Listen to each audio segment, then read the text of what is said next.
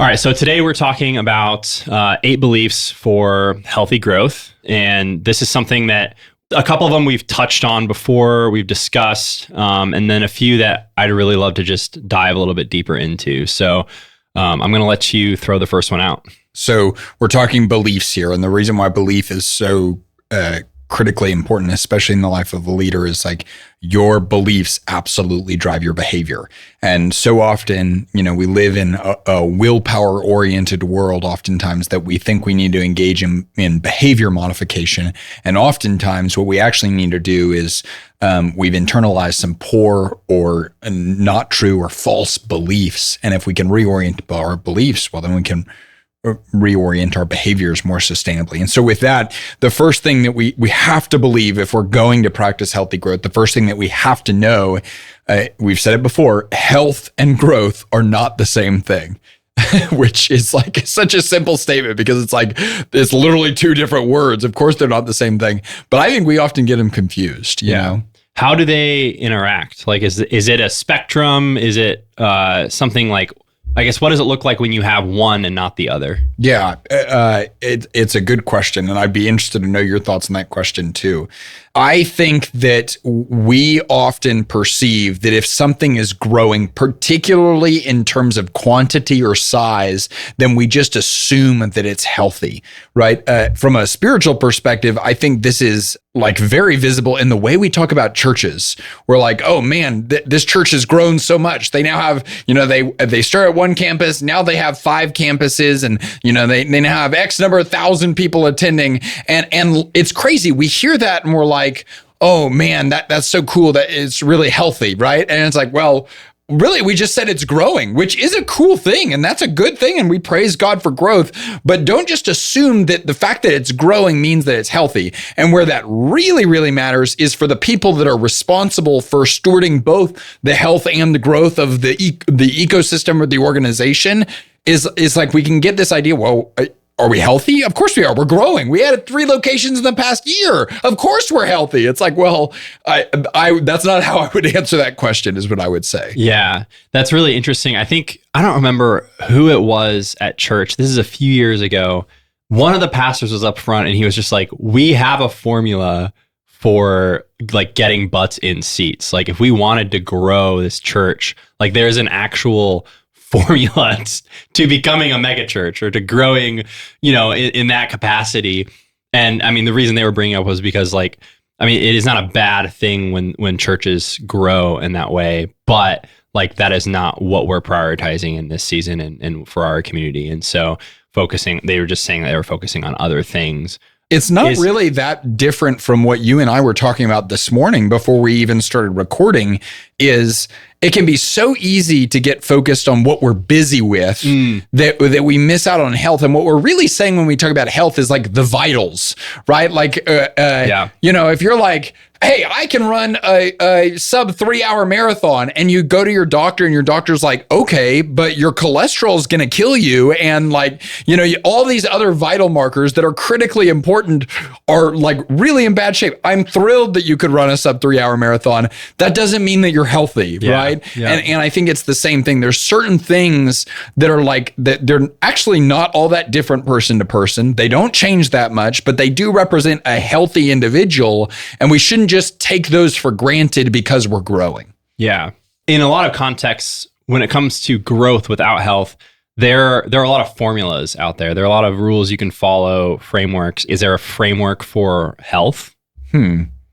I think there are frameworks, right? And I, like we already said, I would just encourage people, do not think health at the highest level is a choose your own adventure game, right? I love that framework that Mike Valentin gave us at an experience a couple of years ago. He said, God, marriage, kids, work, in that order, period. Like that is what is healthy. And that's like not like, I actually think that's not up for debate, right? I'm not saying if you don't have kids or if you're single or something like that, right? Obviously, your world looks different in the season of life that you're in. But if you have each of those relationships in your life, like that's the order that it's supposed to be in terms of priority of your heart, your attention, and your mind. And it's the order of sacrifice too that you should be operating in, right? So that represents health in so many ways. We could even look at just the other arenas that we're supposed to be attending to that it's not really up for debate or question, right? Like your personal physical health, your sleep, your spiritual life, your ability to live in community with close friends and family, your relationship with your spouse, right? Your ability to be intellectually growing as a leader, right? Like these are things that it's what we've been given to steward and exercise self-control over. And what's nice is because it's not a choose your own adventure thing on some of these things, it is something that we can pretty regularly come back to and just say, where am I supposed to be and where am I at compared to where I'm supposed to be, and realign ourselves to where we're supposed to be. Let's move on to the second one because I think it's related and kind of where this conversation is going. Growth for the sake of growth is dead. Can you explain that? Well, this really shows up in the business arena, right? Like we live in a time in the business arena where it's like, you need to 10x your business. And you're like, why? And because 10x, right? And it's like, okay, I understand what it is, but why? It's like, because 10x, right? And it's like, 10x is a fine goal. I actually have nothing wrong with 10x as a goal, right? But as a reason, I think 10x is actually a terrible reason. And that's because I think like the entire impetus behind 10x as a reason is this idea that like, oh, once you 10x it, that is there. And once you're there, you'll feel fulfilled, satisfied, content, all of these different things. And I just think a paradigm of practicing healthy growth is radically different than that. What is your motive? Motive matters is what we constantly want to help people remember. And it's reflected in the proverb. I think it's 4:23. Guard your heart above all else, for out of it flows everything you do. The Hebrew word for heart there, I believe, is lebehu. I'm trying to get my going with our Orthodox Jewish friends here. It's lebehu. A lot of times in Western culture, we talk about heart as being like your emotions. In this culture, and what it means biblically is like the core of your being. It's the composition of your totality of self and soul and will. It's the center of who you are. And so guard the center of who you are, your vitals, what matters most above all else, for out of that flows every single thing that you do. And so our motives are critically important, and we should really, really examine our motives, and growth for the sake of growth, that's not a good motive. I feel like this is something that I've heard mentioned a lot, and even more recently, I've found talking about in conversations of like people will bring up a specific leader or a pastor or someone who acquired a lot of fame and momentum at one point, and then at some point, like something happens, whether it's scandal or just unhealthy leadership, or the organization just falls apart from the inside out. And I feel like oftentimes the conversation is, man, at the beginning, they just seemed so solid. Or you'll even like hear from people who worked with them in the inside, like they seemed so aligned at the beginning. Like they seemed like they had a virtuous purpose behind what they were doing. Like, how do you protect from going astray as time goes on? Yeah. I mean, I guess the first thing I would say is maybe one of the answers to it is, I don't fully know because I haven't fully done that, right? Like I could look up in 5 years and there could be a podcast out there, how Alex Judd and Path for Growth went astray. And it's like, we laugh about that. It's like the rise and fall of Path for Growth, right? And it's like, we can laugh about that, but it's like, if I don't believe that is a legit possibility, then that's strike 1, 2, and 3, quite frankly. So I think like number one is recognize that you are wildly successful to the downfall that you've seen so many other people fall for. And the minute you think you're above or beyond that, you're the person that's most at risk of suffering for that. And then number two, I would say, like, because of that, I think the most humble leaders that I know and that I try to follow in this regard is like they have rhythms and structures that hold them accountable to the things that they say matter most. So what a lot of people would say is like, man, the soul of this was so good at the beginning, but they got away from the soul of this. And a lot of times we don't have rhythms and structures for evaluating, hey, is the soul of this still alive and well? And we do the same thing in our personal lives, right? But it's wild how easy it is to start with a really compelling purpose, a really strong why, and then to look up 5-10 years later and the things that you're doing are in no way connected to that purpose, or that's not at all your driving motive anymore. And it looks completely different than the reason why you started, but it was 1 inch at a time that you deviated and you never had anything to pull you back. It's why, I mean, organizationally in our quarterly meetings, you were just part of our most recently quarterly strategic planning meetings. There are a lot of really good quarterly strategic planning meeting formats out there. Most of them have you red, yellow, green your goals. And I think that's good. And we red, yellow, green our goals and our strategic priorities and our vision charter. We do all that. But before we do all of that, there's something different that we do that I see a lot of formats don't do. And that's we also red, yellow, green our mission and our values. And because we're like, if we achieve the goal, but we abandon our mission and values in the process, have we actually won? No, it's like we totally abandon health. We're not treating people well anymore for the sake of growth. And so I would say rhythm, structure. David Brooks says commitment is when you fall in love with something to such a degree that you put structure around it for the times when you no longer feel in love with it.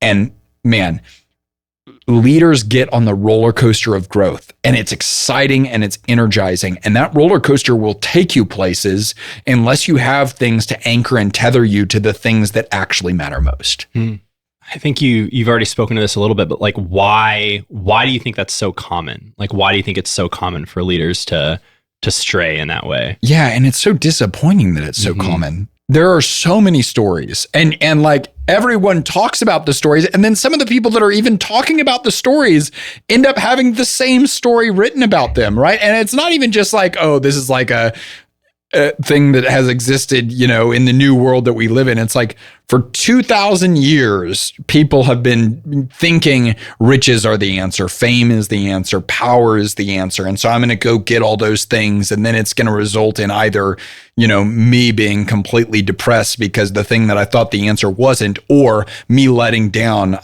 so many people because I sold them on a lie, because I bought the lie myself. And so why is it so common? Well, I just literally read yesterday morning, right? Jesus shakes his head and is, almost sad. And he says, man, he's just disappointed at how difficult it is for the wealthy to enter the kingdom of heaven, right? It's more difficult than for the camel to go through the eye of a needle. And I think that's highlighting it, right? Like, these other things are so promising and so attractive. And not only are other temptations, fame, power, outside approval, right? Fear of man. Not only are all these things so tempting, I am so wildly susceptible to that. Like there is something broken in my heart that has literally been convinced that, oh, that's the answer. That's the thing that's going to make all of this right. And because the world is putting those things on blast and marketing them to us every day as wildly available, and I'm wildly susceptible, it's like two puzzle pieces. So, but the cool thing about that verse is, man, then the disciples go, well, how can anyone enter the kingdom of heaven? And Jesus literally says, well, with man, it's impossible, but with God, all things are possible. And so there you go. There's a core answer to what it looks like to grow in a healthy way where you're becoming more of who God actually created you to be, is like, you got to do it with God. And I think this gets into the idea of health and growth. It's like we sometimes think I'm going to grow and then I'm going to meet God at the finish line. It's like with God, all things are possible. It's not you grow and then there's God. It's with God. And we got to remember that. Yeah. This works really well into the third belief. And partly because when we were preparing for this, I read it and I was like, this could be a heresy. Yeah. If you don't, okay, if so you don't I want clarify. you to share the belief and then you explain your thought process there. You said like, so the belief is fulfillment is an inside job. Yeah. And like immediately, I mean, that's what the world tells us in so many ways. It's like, self-fulfillment is the way. And like, just look within, navel gaze, like build yourself up in a way. And that's when you'll be fulfilled, be at peace, whatever. And so it is funny because you're like, fulfillment is an inside job, but what do you mean by that versus like that context? Because we're talking two very different inside jobs, I think. That's the most kind way to say, are you a heretic? I'm not positive. Yeah, I think I'm thinking about this from the perspective of if you are a believer, right? And so really what I think of the first time I think of like fulfillment as an inside job is I think of the Ecclesiastes story. Herman Melville was the author of Moby Dick. He was an atheist, and he said Ecclesiastes was the truest of all books, which I think if I was an atheist, I would say, well, then it's probably worth paying attention to, right? Even more so as believers, that this thing was so accurate and so convincing that someone that said, I don't agree with the philosophy behind the Bible at all, but I agree with Ecclesiastes, it's really worth paying attention to, especially for the cultural moment that we live in, because as a believer, I'm like, well, then this is, this philosophy and somehow connects with what people experience as real. And what is Ecclesiastes the story of? It's the story of, a man that pursued multiple different avenues to find fulfillment and ran the course of every single avenue. He said, I'm going to pursue riches. And he gained all the money in the world. And he said, and it was vanity. It was dust in the wind. It didn't mean anything, right? It was a vapor. It just drifted. And then he said, I'm going to even pursue wisdom, which we would even say like Ecclesiastes is a book of wisdom. And he said, I'm going to grow myself with knowledge. And he even says, I'm going to understand everything about plants and insects and animals and the way the world is designed and created. And he said, I'm going to pursue wisdom. And he became a man of great wisdom. And the outcome of that, vanity, right? It's all dust in the wind. It's all vapor. And then he, pursues pleasure and concubines galore and all of that. Vanity, right? Which, if I was one of those concubines, I'd feel very offended. But he says like none of it actually mattered and none of it actually fulfilled, right? None of it was good.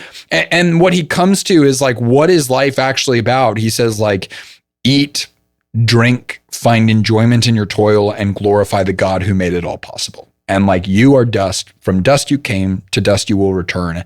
And it's a much more simpler form of fulfillment than what the world tries to tell us fulfillment comes from. So let's zone in a little bit on what you just said, which was it's a simpler form of fulfillment than what the world offers. Like break that down a little bit more. Yeah. I think the world says fulfillment's around the corner. And I think fulfillment is something all these other people have that if you would just do these things, or if you could just get these things, consumerism, right? Or if you could just be these things, well, then fulfillment is what you will experience, right? It's a chase. And there are literally messages out there that illustrate fulfillment as a chase. And that once you get the thing that you're chasing, well, then you'll feel full. And what we're really saying here is then you'll feel whole, you'll feel complete. And that is theologically atrocious, right? But so easy to fall for, right? I'm not beyond this, right? And that's partially because the messages are so loud.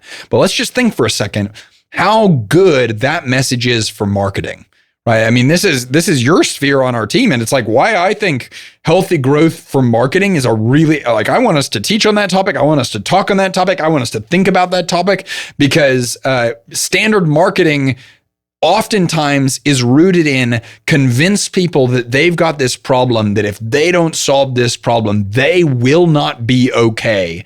And life cannot be good. They cannot experience the good life until they get on the other side of that problem being solved. And for $9.99, I can help you solve that. And it's like, man, it's snake oil at that point, right? It's like, what do we have to do to be fulfilled, right?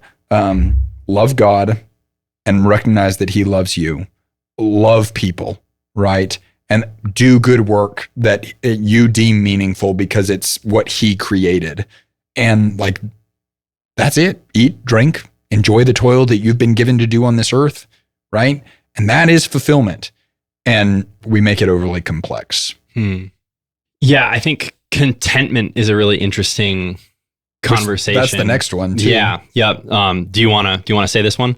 Sure, I can. Go for it. So the next one, number 4, is contentment and growth can coexist. I'd be interested to know what your initial thoughts on that one are. I mean, I think it has everything to do with where you're centered, which is what we've already been talking about. Are you growing for the sake of growth? And I mean, that's just either, I guess, depending on how you look at it, a bottomless pit or like an endless ceiling, right? Like you'll always have the next thing to strive for, to go for. And that's not to say that I think setting goals is bad, but I think there is a certain level of gratefulness that you carry when you're content with what you've been given, but also you have a vision for what things could be. Yeah. I have literally heard people say, I just never want to be content. I want to keep moving forward. I never want to be content. And I think what they're actually saying there is, I never want to be complacent. And that's a good desire. You never want to be complacent. But what is complacency? It's laziness, lethargy, stagnancy, stultification. Right. It's you're just consuming. You're not moving forward at all. There's no output. There's no productivity. What is contentment? It's joy, gratitude, and presence in the present, right? Is what contentment is. And there's nothing about being joyful, grateful, happy, satisfied in the present that prevents you from growing into the future. Right? People even say, I never want to be satisfied. And I get the sentiment, but like, where did we get the idea that like we can either be satisfied or we can be growing, but we can't be both? I would just say, like, why did you ever adopt that you can't have both at the same time? Like, the person that inspired me the most in this, and when you actually start looking for this, it is hard to find, because I've reached conversations in coaching relationships before where the individual that I'm talking to, right, in a one-on-one coaching relationship, they stumble upon this question. They literally ask the question, how do I grow in such a way that I'm also like joyful where I am and present where I am? And I'm like, that's the money question. And what I always tell them is, find someone you know that you think is doing that, right? And what's crazy is I ask them, like, do you know anyone locally, or do you know anyone from your past that's doing that right now? Like, that you think has cracked the code on how to do that? And the number of people that say, I don't know if I know anyone. It is so hard. It's so hard to find, right? But I mean, one of the people that I think of is Mike Valentin, who, he's been one of my greatest mentors. He married Aspen and I.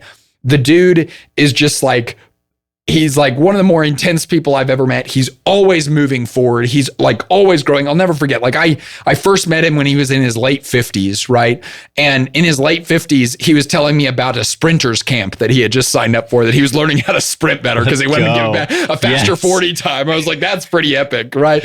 And at the same time, it's just not like, oh, I'm doing this sprinter camp so that I can finally be who I'm created to be. That's not it at all. He is like absurdly joyful in the moment. Like when I used to work with him, people would always like joke around. It's like he would talk to me and he would figure out what I was interested in. And at that time it was Ironman triathlon, and he would just grill me with questions. And every time I answered anything, he'd say, fascinating, Alex. This is amazing. And like literally, the whole hallway would hear the conversation.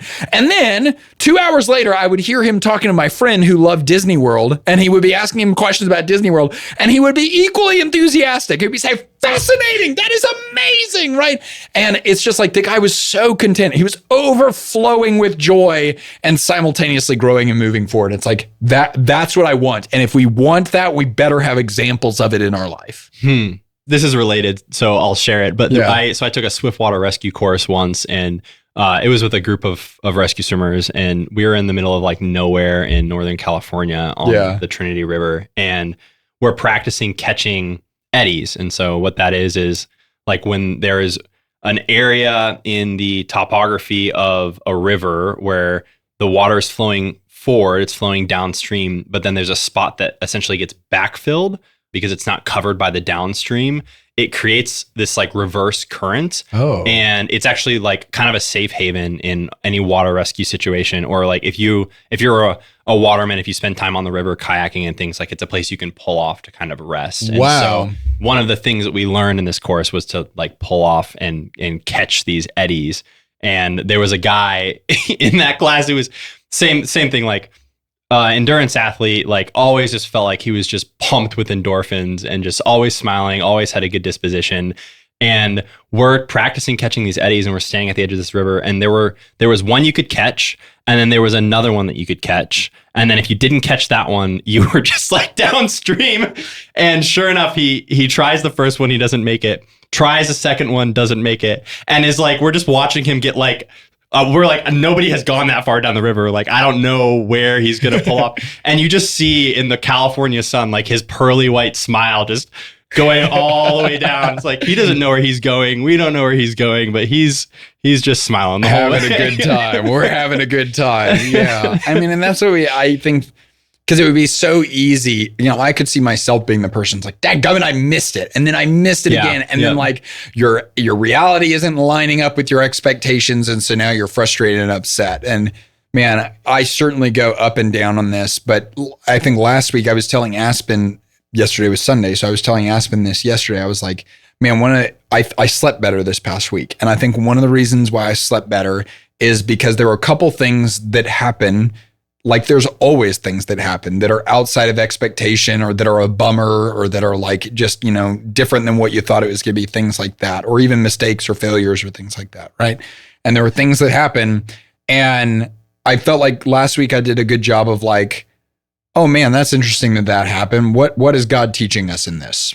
And like, that was my genuine attitude. And it's like, what is God teaching us in this? And like, man, so often we just dwell and beat ourselves up and beat others up about these things that we can't actually control. It would be better just to say that happened, and like, what is God teaching us here? And then, you know, to enjoy as we're floating down the river, I think, and figure out how to have a big pearly white smile helps too. So yeah, you want to move to the next one? Yeah. My work is not who I am. My work is where I serve. Yeah. We've talked about this at length on this podcast since we launched the video channel, but I first heard John Eldredge say this quote. I was like, man, I want to write that down. I want to memorize that. I want to share that. And it's one of the things that we share pretty regularly that I hear repeated back to me as something that leaders want to continually remind themselves of. And really, it's just, there's such a gift of bringing your whole self to what you do, right? And that is such a joy, right? And, you know, I would never just want a job, right? Where it's like, I'm just clocking in. I'm not at all personally invested in this, but it pays the bills and I go there from 8 to 5 and then I get to actually have life outside of that. I would never want that. But if I'm going to say I want to do something different than that, especially if I'm going to be a believer, then I've got to remember that it's like, okay, but you cannot make your work your life. And you certainly cannot make your work who you are. And that's the thing that's tempting is you say, I don't want the job, so I'm going to give my whole self to this thing. And then before you know it, you literally gave your whole self to that thing. And you are wrapped into that thing in a way that's inextricable. And then we put your face on it and your name on it and all of that. And you cannot distinguish between the performance of the business and your well-being. And I've just seen that be such a treacherous path. It's not at all healthy growth. And so that's why I think this is a belief we have to internalize is your work is where you serve, which that is such like a workman's attitude. I like that. In some ways, I think it's actually really helpful. You know, I don't just want a job, but on my best days, I go upstairs at 8 a.m. to this room that we're sitting in right now, which is now our office. I give Lily a kiss on her forehead. And I give Aspen a kiss, and sometimes we say a prayer, and I say, okay, I'm going to work. And then we make a joke as I walk up the stairs that this is my commute, and like, this is where I'm going to serve. And then, you know, hopefully I serve for the day, and then I close the computer at the end of the day, and then I close that door, and I walk downstairs, and it's like, okay, you know, that might have been a really tough day. That might have been a really great day. Good thing, nothing about that day represents who I am. And now I get to come home and be with people that just love me for who I am, which is really important. It really gives you the power to be present. Yeah. In each moment. Yeah. Including at work. Yeah, 100%. Yeah. It's one of the things that I've recognized about Brian and Shannon, who are speaking at our experience in Austin coming up, is it's wild.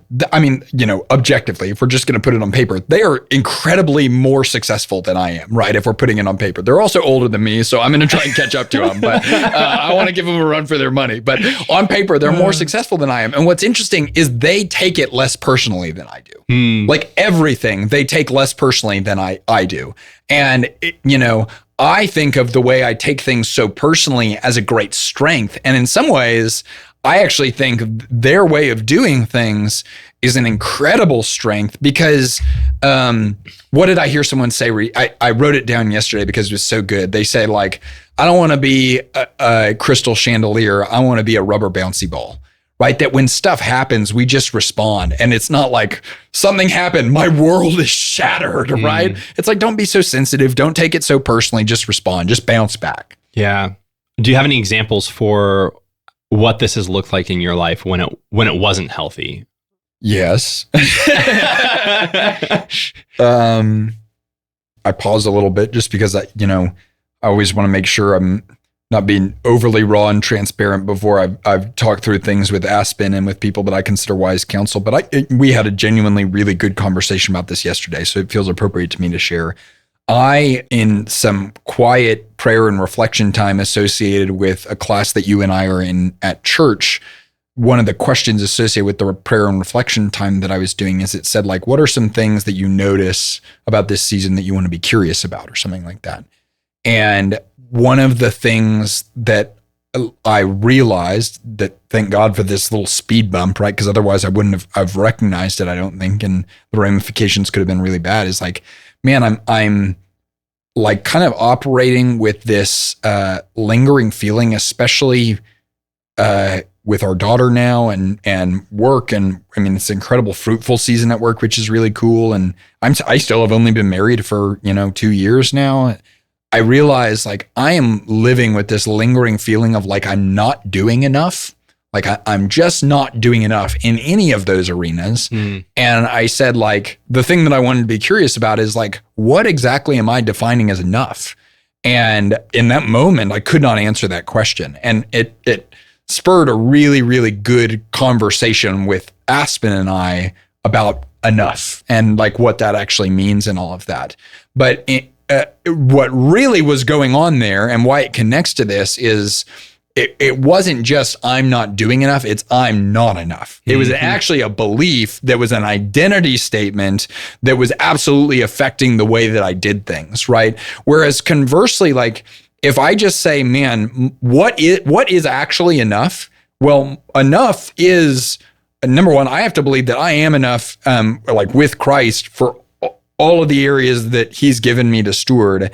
And then on top of that, what is my role is to serve, to do my best, to glorify God and to love people. And that is enough. And for the areas that's inadequate or not enough, like, there is grace for that, right? But again, I think it was like really the identity of I am not enough getting woven into my work, my life, and everything that it took me away from even being able to serve with a good heart in some ways. So this segues right into the next one that we're talking about, right?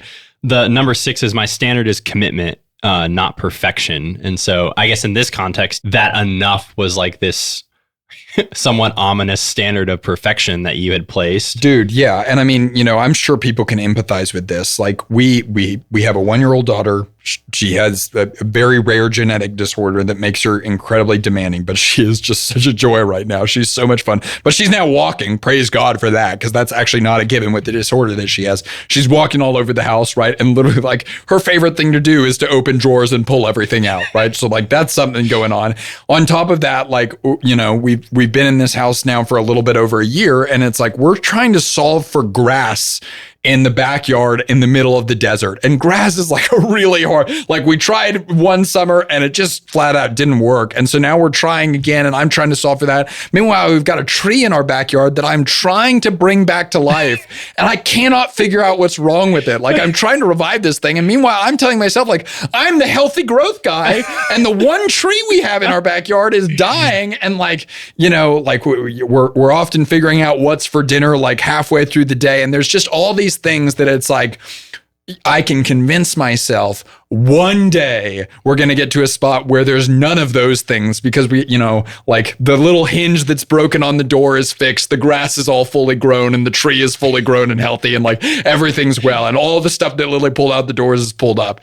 And that's a standard of perfection that if I'm waiting for that day, I will never find contentment, joy, gratitude, right? And I mean, everyone listening to this that owns or leads in a business knows the exact same scenario exists in your business. And it's like we can't apply ourselves to a standard of perfection to be joyful, content, and grateful. We cannot do that. What we have to apply ourselves to is a standard of commitment. Like I'm going to do my best. I'm going to own my shortfalls and move forward from them. And I'm going to keep moving forward and get better every single day. Like that's the three parts to commitment, right? The standard of commitment. Yeah. And man, if you do that, that's what God is requesting from you. Yeah. So how does the pursuit of commitment versus the pursuit of perfection shape a person? It views everything as practice, right? That when I wake up in the morning, today is not game 7 of the World Series, right? Which is if I don't win today, man, we're done and we don't get another game, right? We're out. Today is another opportunity to practice. And that practice is going to form me, right? It's going to shape me, to use your word, into someone that's more equipped for the responsibilities and tasks associated with tomorrow. And tomorrow will be a practice opportunity that I'm going to go and I'm going to give my best and I'm going to make mistakes and I'm going to own those mistakes and receive grace for them. And then I'm going to get a little bit better. And that practice is going to make me a little bit better for the next day, right? And so I just think it's like, I'm not quitting, right? And thankfully, God willing, there's a tomorrow. And so I'm just going to keep moving forward. I'm just going to keep chipping away and I'm going to keep showing up and making deposits in the right direction. And I'm going to trust that that's enough, right? I think that's a standard of commitment. And just adopting that mindset, I think shapes and forms you.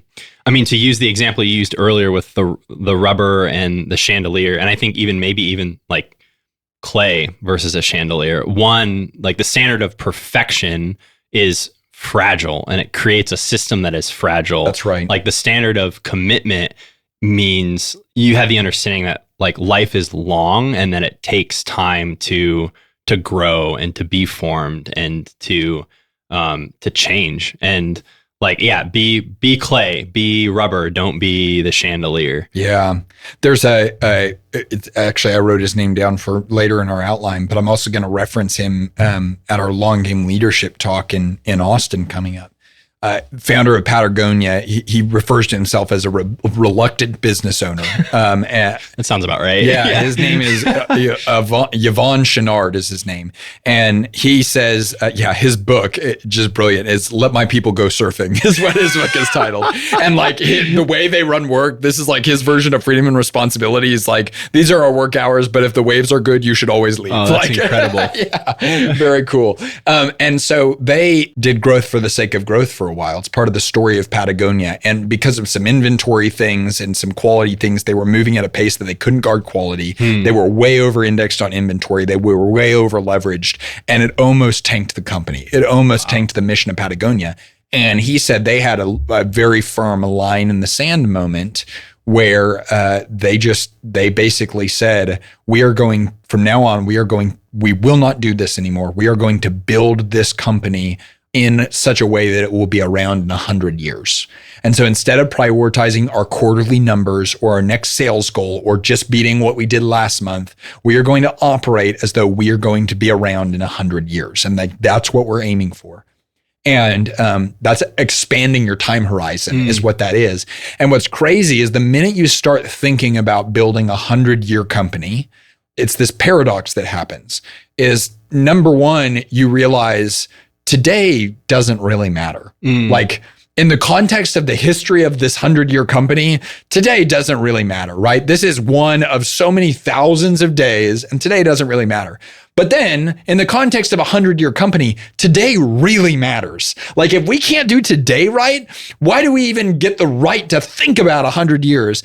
And I think it's living with that paradox and understanding the wisdom associated with that paradox. If life is long, life is short, right? This matters, this doesn't really matter. That's where we start to find these rhythms of health and grace and growth and forward motion that are actually really wise. Man, that perspective is just having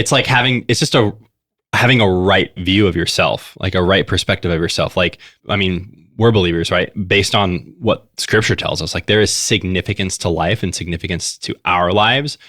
And then at the same time, like God is outside time and space. And like we are one individual in this vast expanse of creation that he has made. And like having the humility to see and understand as much and as big as that gets, and also at the same time, the intentionality to understand that at the same time, like God has designed you with significance and God has designed your day with significance. That's really interesting. I think it's Jerry Seinfeld. I'm not positive, but this will be the first time we've talked about Jerry Seinfeld on this podcast. So that's fun. We should do that more.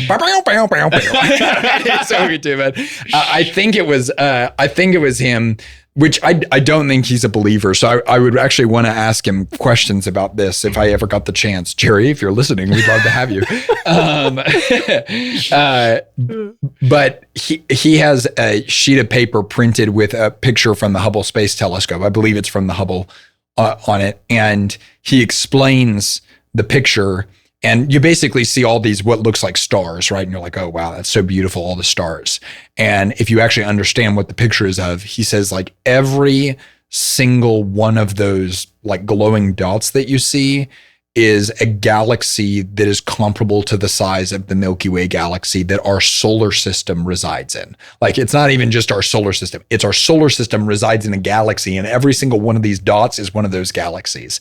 And it's like that exists right now. Like the universe is so huge. And it's like the thing that I admire about Jerry is like he's looking at that just to remember like this like stand-up comedy thing that I'm doing tonight. Like I'm nervous about this joke and if people are going to laugh tonight or not. Like it does not matter. Like this thing is huge, right? But at the same time, he treats his stand-up comedy like a professional. He treats it so seriously. And I just think that's such a cool interplay that I think we're all called to. And I think that that's part of healthy growth. So I'm going to call an audible, and we have two more here. Okay. But I think our conversation right now feeds really well into the last principle we have, which is I'm not going to see this finished. And originally when I read this, I was like, well, that's kind of a depressing thought. I agree. Like, yeah. And the way I read it was like, oh, like this seems a little negative, but I guess once we had talked about it, I was like, oh, I understand the perspective that you're coming from now. And I agree. So would you elaborate on that a little bit? Yeah. Well, I guess we should define what is finished. And if finished is whole and complete, then the beautiful thing is this truth is a lie if you're a believer, right? Because if you're a believer, then you know this side of heaven, I will not see this finished. But heaven is wholeness. It's God's kingdom invading the earth and all things being full and complete, right?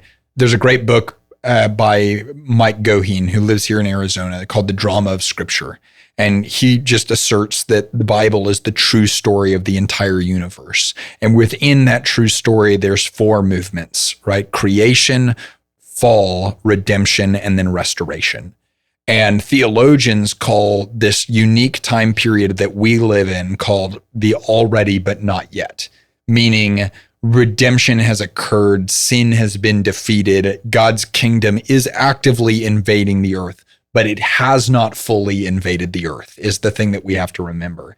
And until that does invade the earth, which is what we are honestly hoping for, praying for, and we want to see that come to pass, we live in the already but not yet, right? Like we do not get to see the totality of what's coming to pass. We hold on to the hope that we will, but I think that this is helpful and should not be depressing more than anything because it just sets our expectations, is this side of heaven, there is no there.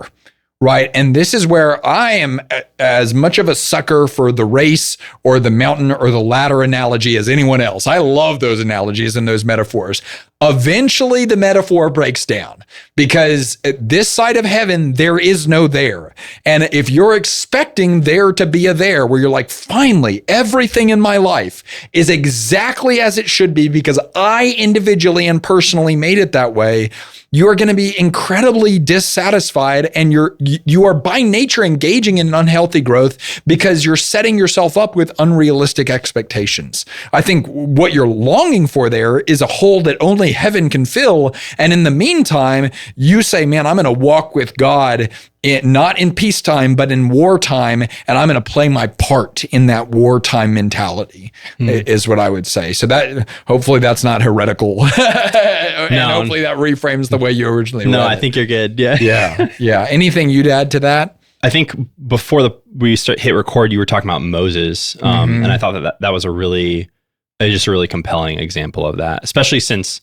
he led the Israelites through the desert all the way up to the promised land, and from a mountain, like, saw it, but he never stepped foot in it. Yeah, isn't that crazy? God took him up to the top of the mountain and said, look at the promised land. And then he said, you're not going to see that. You're going to die. Yeah. Yeah. Rough. Which, from a kingdom mentality, it's like, well, would I rather go walk in the promised land or go spend eternity with the Lord? Sure. And it's like, all right, I'll take the Lord. Yeah. 10 times out of 10. And what a gracious gift of God too, that like God probably knew what is one of the things that Moses is most concerned about. Well, it's like the sustainability of the movement that he was a part of creating, right? Like seeing the Jewish people step into the thing that he led them towards.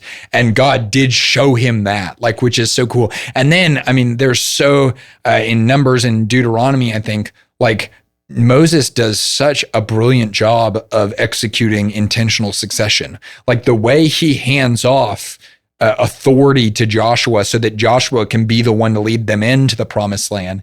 And that's like the continuation of healthy growth into a topic about succession is like, you're not going to see this finished, but if you do this right, you will see it continued. And one of your responsibilities, if you've been given something by God, is to either see it end well or to see it continued. One of those two things.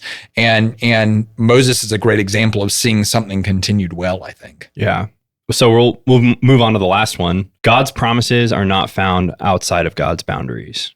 Yeah, we could use a biblical example here too. Like Abraham is told, you're going to be the father of many nations. And he latches onto that, and his wife latches onto that too. But then it's not happening, and they're pretty old, right? And they're like, when are we going to have this son that you've promised us? And so they take matters into their own hands, and they say, we are going to have a son, but we're going to have this son by another woman, which is there. But what's interesting is they are still expecting the blessing of God, but they've left the boundaries of God. God said one man and one woman will be joined together, and they shall be one flesh, and they shall not depart from it, right? Is what God said. And meanwhile, it's like they're completely ignoring that part, and they're still expecting the blessing to come to pass. They're like, oh, we're going to basically jerry-rig this thing. And it doesn't happen that way, right? It's still the blessing still happens and the promise still happens, but it's within God's boundaries that it occurs. And it's miraculous how it occurs, but it's within the boundaries. Here's why I think this applies to leaders and why it applies to this conversation is so often we say, man, God, I want you to grow and prosper my business. And in the process of us working, because we know that we're participants in that, in the process of us working to see God grow and prosper the business that we own or lead, maybe our marriage is suffering. Maybe we're letting our health, being our sleep or our eating habits, or we're not drinking enough water, right? Like your body is the temple of the Holy Spirit. We've completely abandoned that thing that God's given us to steward. Maybe we don't have a community of fellow believers. Maybe we don't have any rhythm with connecting with or worshiping God through prayer and corporate worship and study of scripture. So maybe we're not doing any of those things, but we're saying, God, will you prosper and grow my business? And it's like you're doing what Abraham Abraham did. You're asking for the promise of God's outside of God's boundaries. Like you left God's boundaries a long time ago. And what's interesting is like, you might still experience business growth. Your business might still prosper. And I would even say like, it probably will because you're giving it so much single-minded attention. Here's what I've seen to be true though. You will not experience it as blessing. It may grow and it may prosper, but you will not experience it as blessing because God's boundaries are given to us not to hinder our experience of life, but to actually promote our experience of abundant life. And so therefore we shouldn't leave the boundaries. That's like, I mean, it's literally like a football player snapping the ball and then running outside the boundary markers, leaving the stadium, going around the stadium, coming through the other entrance and running through the back of the end zone and saying touchdown. It doesn't work that way. You got to operate within the boundaries of the game, and that's when you're going to experience true victory. I read and reread The Celebration of Discipline by Richard Foster. Yeah. Really pretty much every year, and slowly. But I was reading the prayer chapter recently, and he talks about using his imagination or the use of imagination during prayer, and always just like a really compelling and thought-provoking thing to read. But one of the examples he uses was actually, he talks about in praying for like sexuality, and he mentions like a river and how like sex is something God designed with boundaries, like something good, and it is an ecosystem that is meant to promote life and flourishing. And I mean, you could just, the metaphors and the ways in which water and rivers bring life is, I mean, limitless, like you're just going to run out. But he talks about how like when that river, and we've just experienced a lot of rain in Arizona, so this is really relevant. Which literally never happens. Yeah, when that river grows outside of its boundaries, right, outside of the banks in which it was created to be in, it wreaks havoc and it's destruction, and there's death, and